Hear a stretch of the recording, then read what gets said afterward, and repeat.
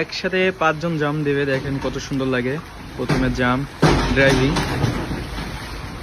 পরবর্তী ম্যান কোথায়?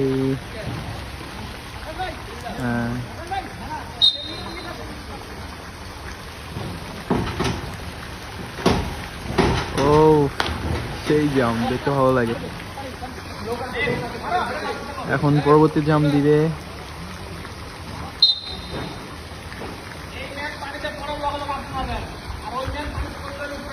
ও রিল্যাক্স, পুরা রিল্যাক্সের,